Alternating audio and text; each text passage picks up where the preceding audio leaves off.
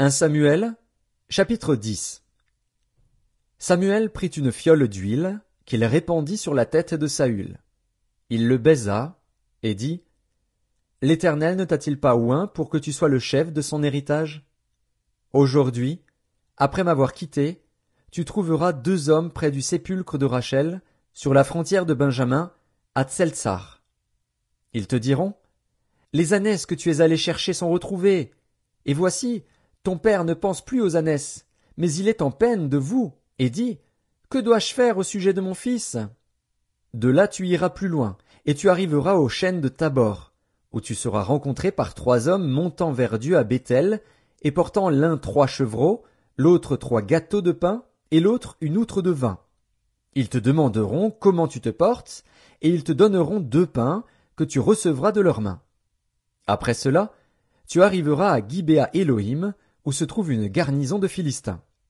En entrant dans la ville, tu rencontreras une troupe de prophètes descendant du haut lieu, précédés du luth, du tambourin, de la flûte et de la harpe, et prophétisant eux-mêmes. L'Esprit de l'Éternel te saisira, tu prophétiseras avec eux, et tu seras changé en un autre homme. Lorsque ces signes auront eu pour toi leur accomplissement, fais ce que tu trouveras à faire, car Dieu est avec toi. Puis tu descendras avant moi à Gilgal, et voici, je descendrai vers toi pour offrir des holocaustes et des sacrifices d'action de grâce. Tu attendras 7 jours, jusqu'à ce que j'arrive auprès de toi et que je te dise ce que tu dois faire. Dès que Saül eut tourné le dos pour se séparer de Samuel, Dieu lui donna un autre cœur, et tous ces signes s'accomplirent le même jour. Lorsqu'ils arrivèrent à Gibéa, voici, une troupe de prophètes vint à sa rencontre. L'Esprit de Dieu le saisit, et il prophétisa au milieu d'eux. Tous ceux qui l'avaient connu auparavant virent qu'il prophétisait avec les prophètes, et l'on se disait l'un à l'autre dans le peuple, « Qu'est-il arrivé au fils de Kis? Saül est-il aussi parmi les prophètes ?» Quelqu'un de Gibéa répondit, « Et qui est leur père ?»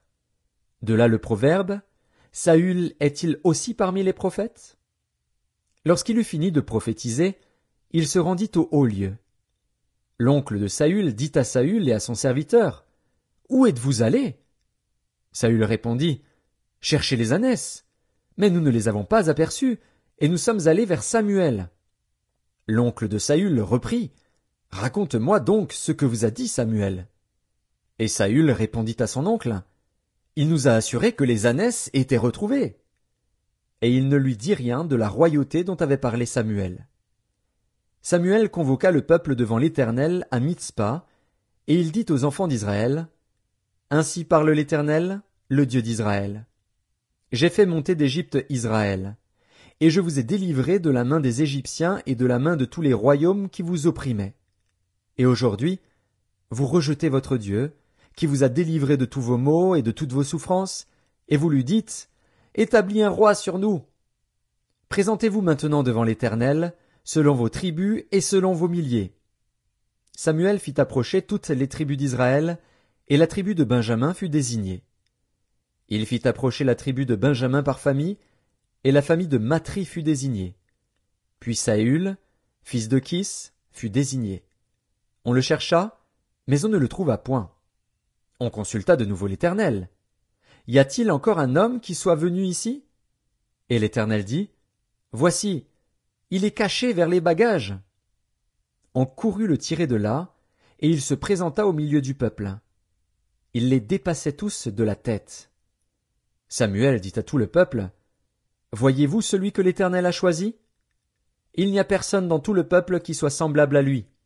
Et tout le peuple poussa les cris de Vive le roi! Samuel fit alors connaître au peuple le droit de la royauté, et il l'écrivit dans un livre qu'il déposa devant l'Éternel. Puis il renvoya tout le peuple, chacun chez soi. Saül aussi s'en alla dans sa maison à Gibéa. Il fut accompagné par les honnêtes gens, dont Dieu avait touché le cœur.